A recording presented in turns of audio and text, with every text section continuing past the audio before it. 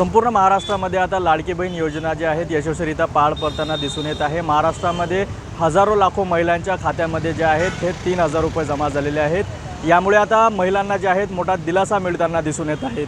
तसेच उपमुख्यमंत्री देवेंद्र फडणवीस व महायुती सरकारकडून आता लाडक्या भावाचे भविष्य देखील उज्ज्वल होतानाचे चित्र दिसून येत आहे। राज्यामधून 51,000 युवकांचे प्रशिक्षण पूर्ण झाले असून 23,000 प्रशिक्षणार्थी युवकांना नोकरीवर देखील रुजू झाले आहेत। राज्यात सर्वत्र लाडकी बहीण योजना यशस्वी ठरल्याचे दिसून येत आहे।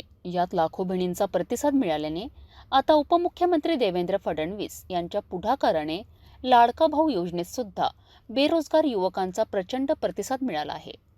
या योजनेत आता लाडक्या भावाचे भविष्य देखील उज्ज्वल होत असून याचा राज्यातील 51,000 युवकांचे प्रशिक्षण पूर्ण झाले आहेत, तर 23,000 प्रशिक्षणार्थी युवक नोकरीवर देखील रुजू झाले आहेत। लाडका भाऊ योजनेत राज्यभरातून 1.5 लाख युवकांनी प्रशिक्षणासाठी ऑनलाईन नोंदणी देखील केली आहे। आता लाडका भाऊ योजना ही राज्यात महत्त्वपूर्ण यशस्वी ठरत आहे। याकरिता लाडकी बहीण योजनेत लाखो बहिणींनी ज्या प्रकारे उपमुख्यमंत्री देवेंद्र फडणवीस यांचे आभार मानलेत, त्याच प्रकारे फडणवीस यांच्यावर राज्यभरातून लाखो बेरोजगार शिक्षित युवक शतशः आभार मानताना दिसून येत आहे।